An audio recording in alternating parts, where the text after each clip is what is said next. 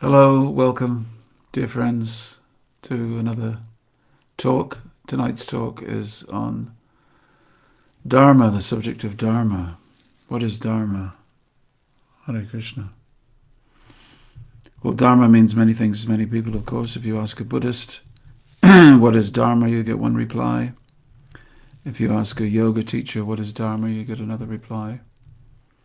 If you ask a medieval philosopher, you get another reply. And if you talk to a Vaishnava, you'll get a certain reply as well. So let's examine Dharma. Last week we talked about sort of a free-floating religion, free-floating spiritual life. Where does spiritual life become religion? Well, when it's coupled with nationalistic ideas, territorial ideas, mundane ideas of propriety and tradition and legacy and family and region and language and guru, priests, institutions, etc. This is all religion. Spiritual life is the business of the soul's relationship with God. This is what true spiritual life is. So this we call Dharma. But Dharma is a catch-all phrase for many different things which lead us in the direction of our spiritual relationship with God. So Dharma is functional when we are following the laws of God. Let's just have a look at the word Dharma. Forgive me if you've heard any of this before. So according to the level of consciousness of the soul, life, no matter what life it is, the life of a zebra or an aardvark or orangutan or any of you. I'm not calling you orangutans or animals, but the thing is that life itself presents itself as a hierarchy of needs, and these needs are urgent. As soon as you're born, all the way through to when you die, there's a hierarchy of needs. The first thing you have to do is survive. Usually survival is these three things you need to survive. Air, to breathe. You can't really live for more than a few minutes. Well, even 2-3 minutes. You'd be stuck, wouldn't you? You'd be struggling. Second is water. You can do without water, but you can't do without air. You can do without food for a while. But these things are necessary for survival, and they're urgent. As soon as a baby comes out of the body of its mother, its need is for air and immediately food, breast milk. Food, milk, air, and that doesn't go away. Any baby animal comes out, needs food. Second is shelter. Shelter, because I need to take shelter of someone or something who will provide me with food and water, oxygen, and everything else that I need. Who will also give me shelter. And then safety. Safety comes because, as the Vedas say, jivo jivasya jivanam, life, one life is food for another life. So something's always trying to eat you or exploit you in some way. So you need to take shelter. We need safety. What do we need after that? Well, we need continuity. We need food, shelter, security, safety. All these things need to continue on a daily basis, an hourly basis. How many times do we eat every day? 2-3 times a day. Where do we sleep in safety? I hope that you sleep safely in your beds. I wish you all to sleep safely in your beds, not during this talk, but afterwards. Sleep safely in your beds because you need your sleep. Every night we become unconscious, don't we? The sun goes down and we become drowsy, we go to sleep. You need sleep, you can't do without it. And that sleep has to be done in perfect safety, under lock and key. no burglars coming in. So every creature needs to sleep, needs to breathe, and it has to be done in safety. So continuity is finding the wherewithal to make sure these things are in place every single day. Now, from there, we go to higher structures like family, because family, or the flock, the shoal, the tribe, the clan, the village, these things will help our search, help our hierarchy of needs to be fulfilled. And we need education in order to perpetuate the safety that we so desperately need. And in order to get education, we need a social order. One person is the teacher, one person is the student. There has to be qualifications to do anything in life. I have to learn how to be a blacksmith so that I can safely make things for you, so that you will give me something that I need in order to survive. So we need an identity by exchanging our goods and services with others in the same community. And we need culture to make life a little more bearable. We need music, art, food, travel, nice buildings. We need all these things. So only gradually does another need appear. This is called liberation. Liberation. Liberation from material conditioning. In some individuals it doesn't happen. In some cultures it doesn't happen. But it's important. Now, this is not just a Vedic viewpoint. In psychology, there's a very famous and powerful psychologist known as Abraham Maslow. He was born in 1908, died in 1970. But he's the father of this terminology, hierarchy of needs.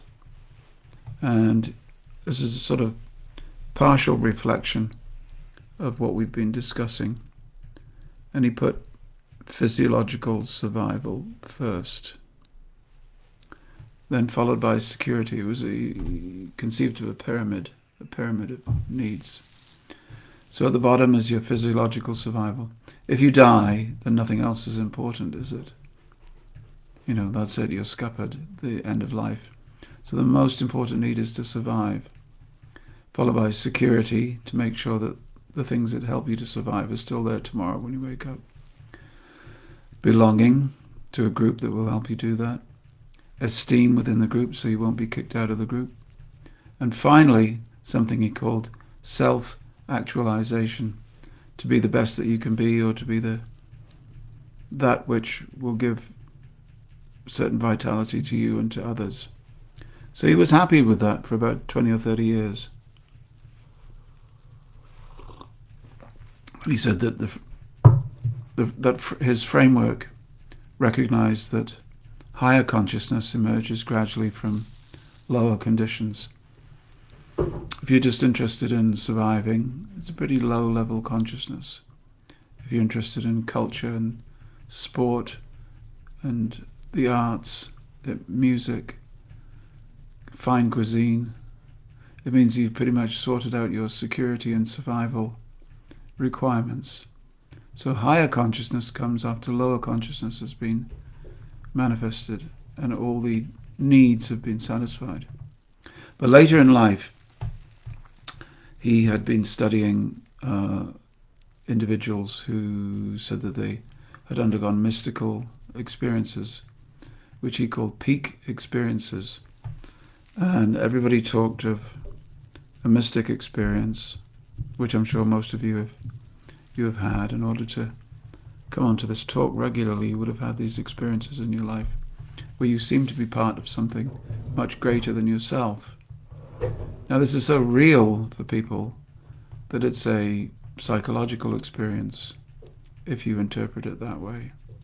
In other words, many people don't have spiritual labels to put on things, so they put psychological labels. So they would tell him, and he understood that these peak experiences come when a person is touched transcendence in some way.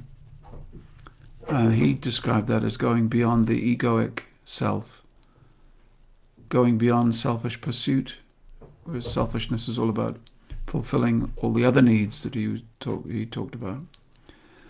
And you've gone beyond that to touch something which a spiritual person would call divine, someone else would call psychologically liberating. And the reports that he got were about profound states of meaning, of unity. I just felt at oneness with the world. Selflessness, complete selflessness, and spiritual insight. Now these had been reported also to Sigmund Freud and Carl Jung, and they interpreted that in a different way, as Maslow kind of did. But in his pyramid, pretty much in the last 2 years of his life, he put this thing called self-transcendence. So the last thing for 30 or 40 years was his self-actualization. And now we get into self-transcendence. You're beyond the selfish persona. You've gone beyond your ego, beyond the isolated ego, towards participation in a greater reality. So he didn't define transcendence according to the Vedic understanding of the soul and Brahman, and the relationship of the soul to the Supreme, but his conclusions are significant because they recognize an essential truth that's been taught in the Vaishnava tradition, and that is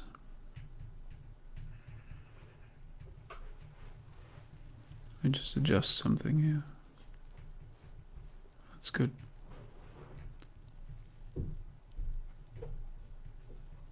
In the Vaishnava tradition,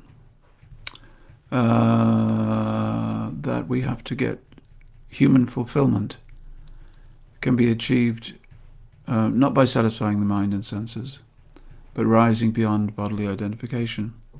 So modern psychology was kind of, even in 1970, approaching this idea, and he was a very influential psychologist, approached the threshold of what the Vedas have described as Dharma, or Paramadharma, the ultimate need of the soul. But two things become, and the reason I'm telling you all about this is because most of my modern world, Abraham Maslow was his name, most of the modern world functions according to ideas of a psychological identity. Psychologists are pretty much at the top of the tree of scientists. Priests are no longer at the cultural or scientific top of the tree. Used to be. It stopped in 1919 with the invention of psychology. So when we use the Vedas or Vedanta to look at Maslow, we see that he has two limitations, and they become very evident. First is assumption. He said that when you've satisfied your lower desires, it leads to their exhaustion. Unfortunately, that's not supported by the Vedas or by lived experience. Sense gratification does not terminate your desires for something. It intensifies it. The attempt to satisfy appetite through repetition is like pouring oil onto a fire. It just makes the fire burn brighter. So the promise that unrestricted gratification leads to freedom misunderstands the recursive nature of desire, or kama. Not karma, but kama, lust, intense desires. And the second thing that he kind of got wrong, and we're not trying to, he made a very valuable contribution, so we're not trying to, ruin his reputation, but we must say that the second thing that he got wrong was that he put transcendence at the summit of a linear progression. That was at the top of his pyramid. And he said that you have to go through all other stages in order to reach transcendence.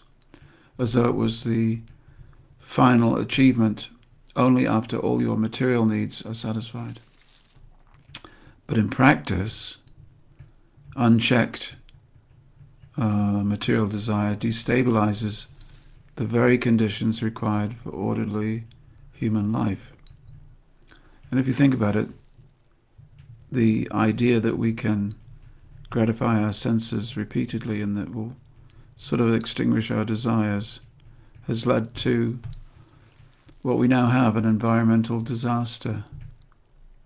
It's a complete environmental disaster. So, on the one side we're with Greta Thunberg and the Green Party, must say. However, we need to understand what is the actual solution. What's the cause of the problem? What's the solution? So yes, trying to gratify all of your desires, all of your physical and mental desires, there's no end to that. And in trying to do it, it uses up a lot of resources. And we exploit the resources over and over again, so that a certain part of the world which has unlimited desires is using up the resources that is meant for others just to survive. Just like our oil situation at the moment. We are almost on a path of suicide of our nation, aren't we? We're so heavily dependent on things that exist in someone else's country. And therefore, when the boats can't get through the Straits of Hormuz, we are almost paralyzed with fear. What's going to happen if? And it was only in 1840 that we had, we had bulls ploughing the fields, and we had horses, and there was no trains. Well, trains started to come in 1840, and gradually we moved to wood and coal and other diminishable sources of energy. So it's not sustainable. Rampant materialism, and by materialism I don't just mean consumption. I mean the misunderstanding that all my needs in the lower part of the hierarchy can be satisfied if I just gratify them. That's not a sustainable situation. And so Maslow has sort of misled us in that part. So we get social fragmentation also. We get exploitation, we get conflict.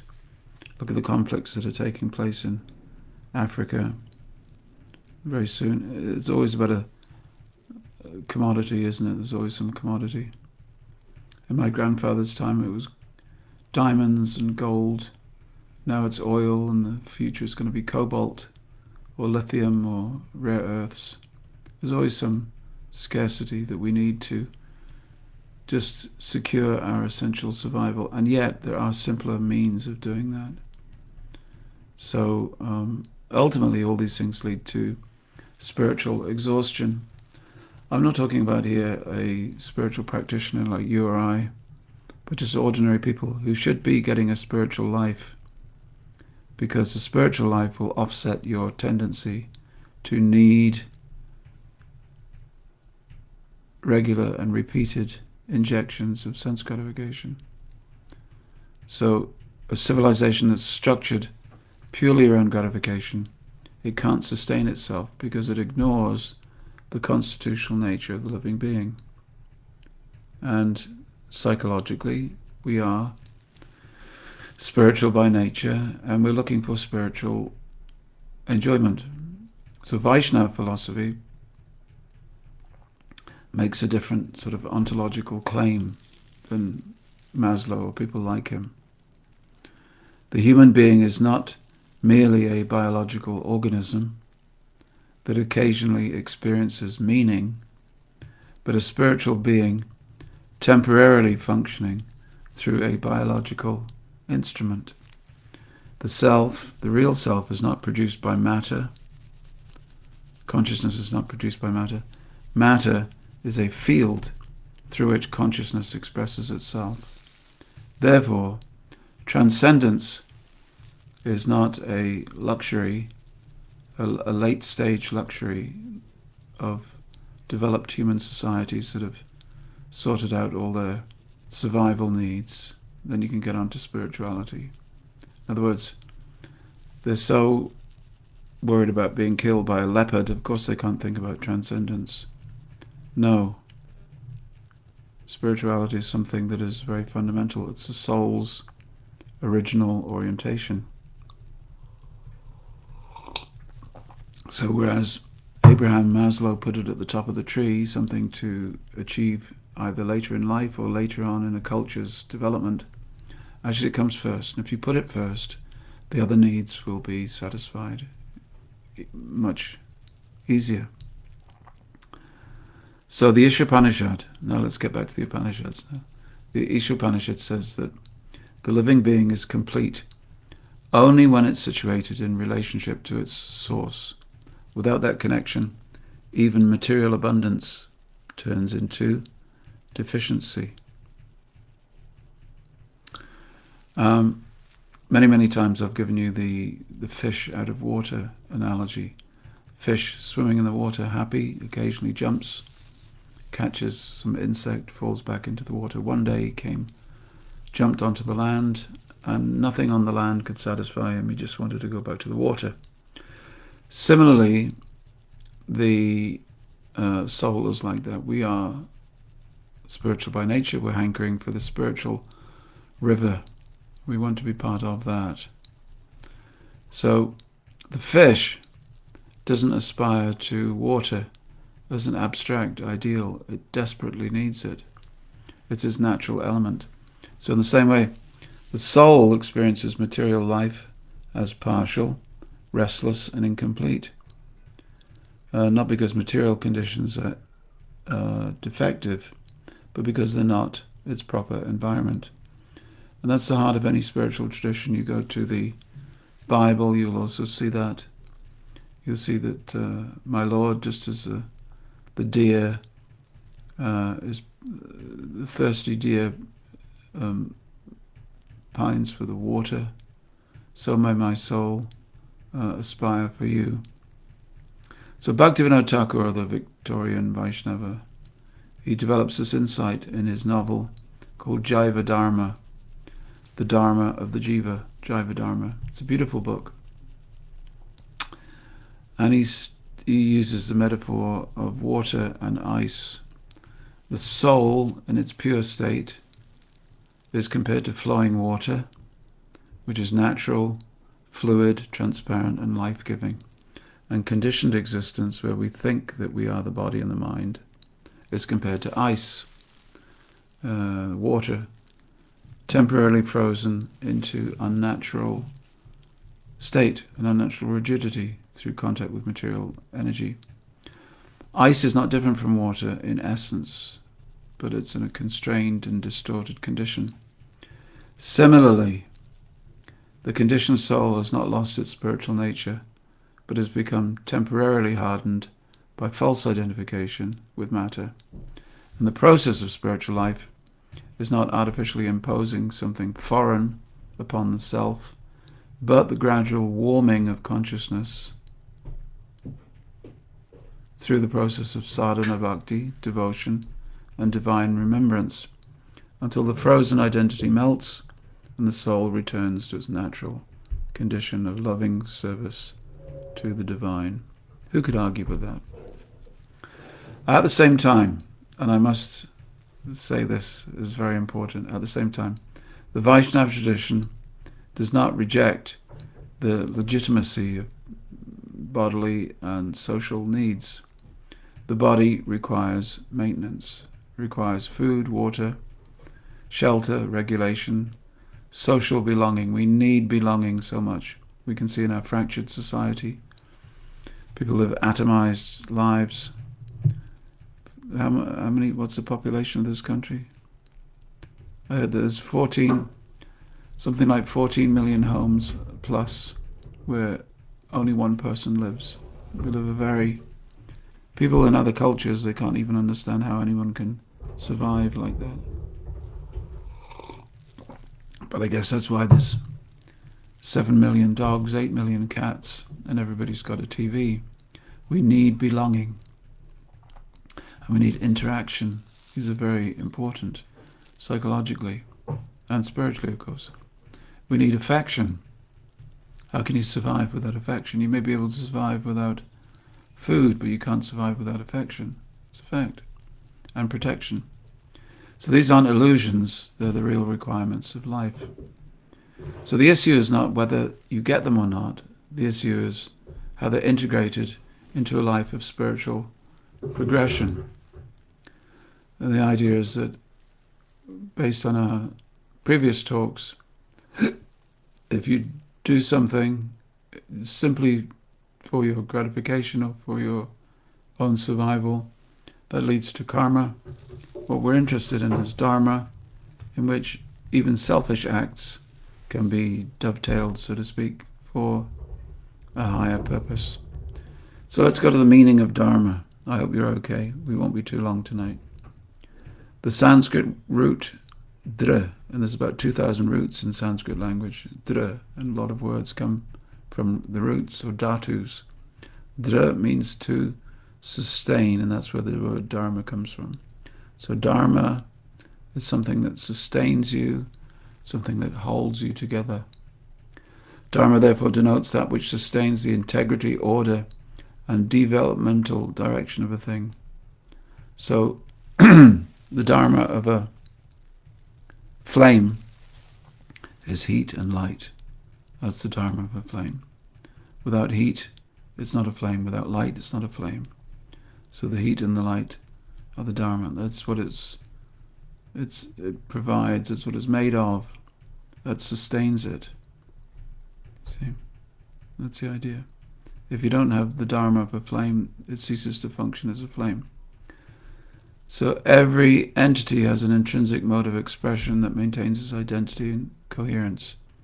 So, I'm a wildebeest running across the plains in Africa. My Dharma is to avoid the lion. However, the lion's Dharma, that's my Dharma, to avoid a lion. That's part of my protection strategy. So I move in big herds.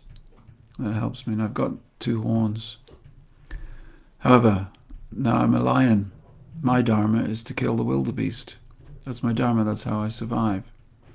So the lion has a Dharma, the wildebeest has a Dharma. The human being has a Dharma also. The human being's Dharma is to activate transcendence in his or her life. But Dharma operates on several levels.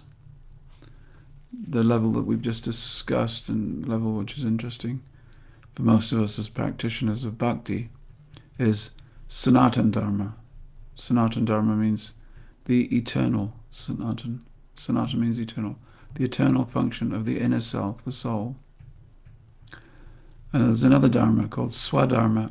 That means I'm a painter. I paint. That's what I do.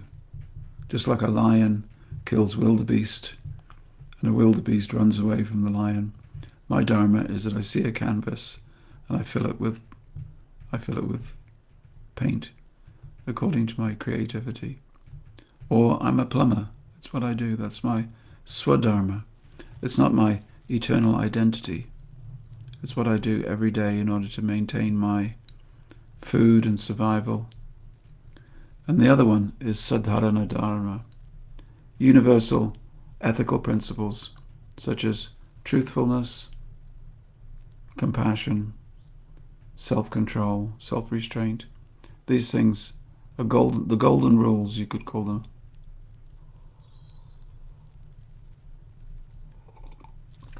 So these are not meant to be in competition in your life. They're meant to be like concentric circles with Sanatana Dharma in the middle.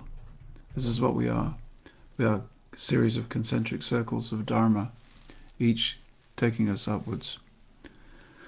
So when Dharma is properly understood, it becomes clear that ethical living and social responsibility are not opposed to transcendence. Now normally, in the Vedic culture, life is described through 4 aims. And these are in a logical progression. They go like this, the 4 aims. First one is Dharma. Now we have that as the basis of activity. Dharma is the basis of everything.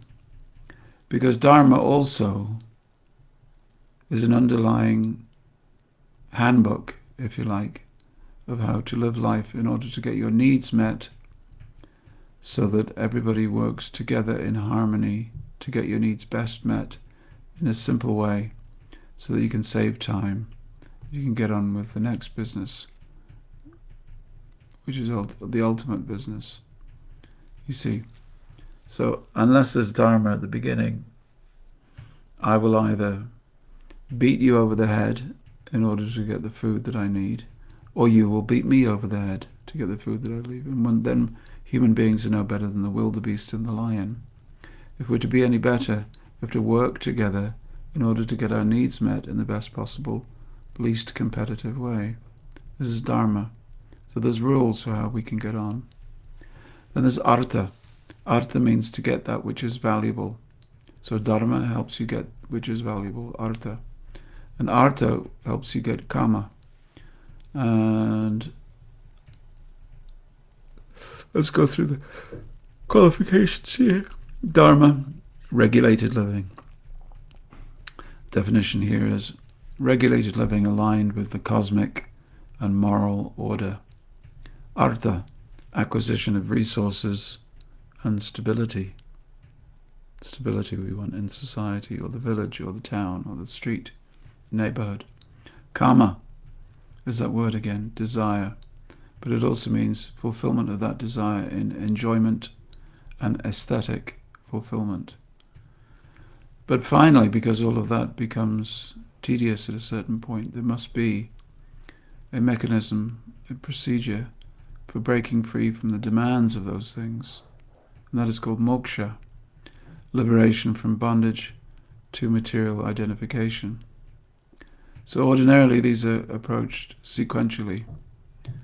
But we say, as Vaishnavas, we say that Dharma is that thing which takes you all the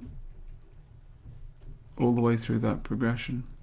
It's the principle whether your Artha and Kama become binding, ties you up karmically, or liberating.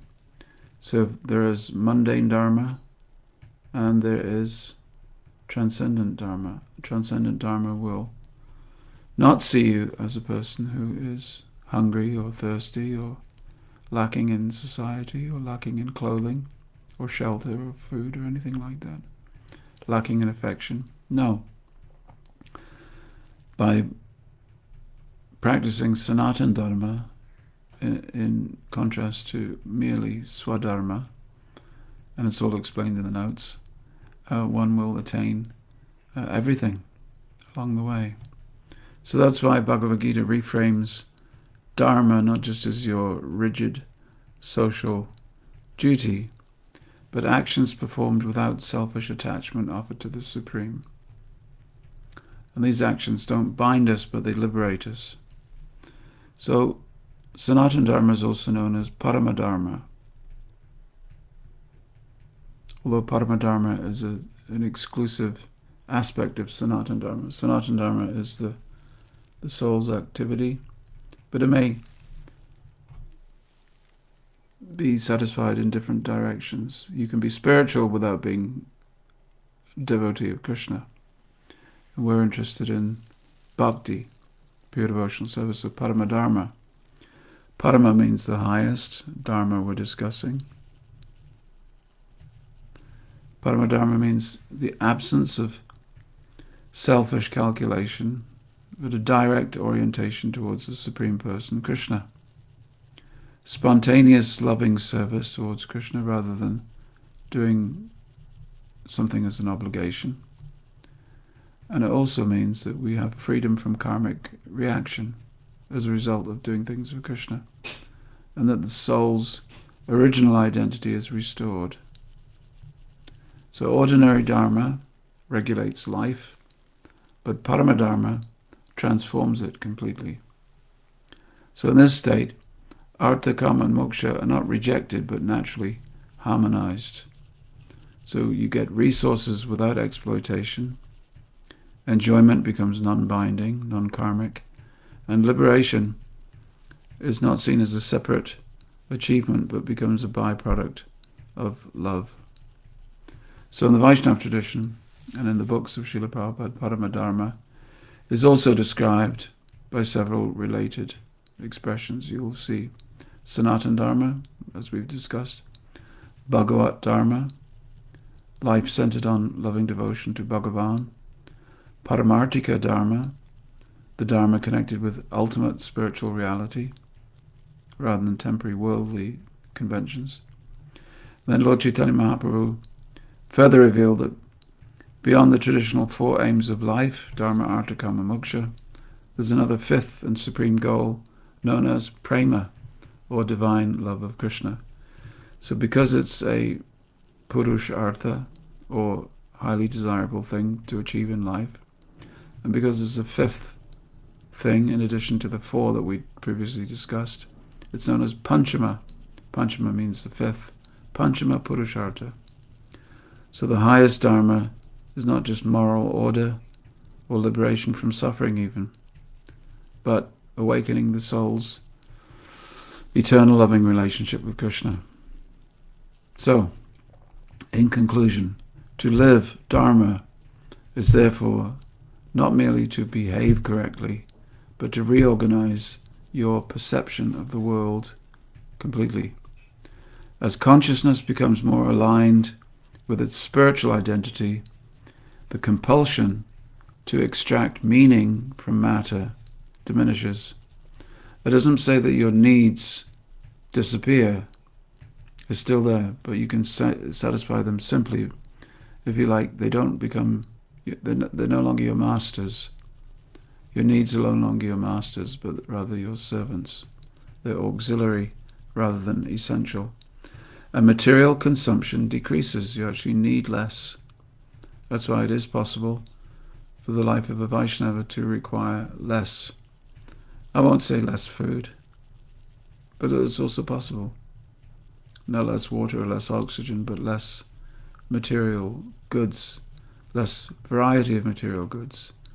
The meaning of so many different types of clothing, so many different types of books, so many different types of vehicle and entertainment, these things can be minimized. Simple living, high thinking. So when this shift comes, it's first personal, but then it's also social. Your personal discipline stabilizes conduct, and social ethics reduce harm and increase cooperation. You see, people talk about violence on the streets. It's because people have one reason.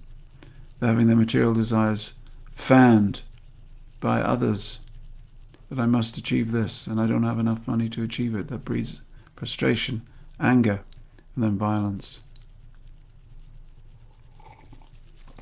There are some societies, even today,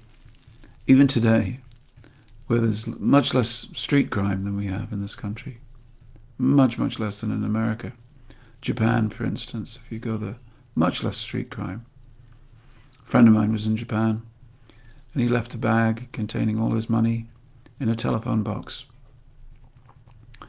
He got to the hotel, and he then suddenly discovered that he couldn't, because it was a train journey. He went all the way back into the city. The next morning, his bag was still there. And when he came back that night, he talked to the man at the hotel. Hotel manager said, well, it's because people in Japan actually believe in reincarnation. They believe that if they take from you this lifetime, in the next life they'll have that taken from you. So what an amazing thing if people actually believed in the journey of the spirit. What a wonderful place this would be. And it's proven because there are some societies that don't have the problems, A, of overconsumption, atomization of families, depression, suicide, that we do.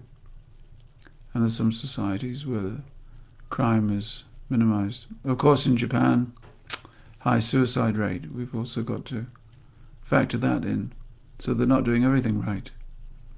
but something is there. I'm just saying that we can have a Vedic society without it being Indian. It's just a new psychology. Transformation of our consciousness from I am the enjoyer and the center of everything to I am the servant of the whole. It's a 180-degree turnaround, but it creates a new you and creates a new society. When Dharma reaches its full expression in Paramadharma, the contradiction between worldly life and spiritual life dissolves. One does not abandon the world, one sees it correctly, and in seeing it correctly, acts within it, but without bondage. So, paradoxically, by putting transcendence first, not as an abstraction, but as a lived orientation, every other legitimate human need is most naturally fulfilled. What is required arrives with less struggle, not because the world becomes easier, but because desire becomes clearer, simpler, and more aligned. The universe will support you in achieving your needs. That's the Vaishnava understanding of life. I thank you very much for listening very intently to this. I offer you my pranams. Namaste.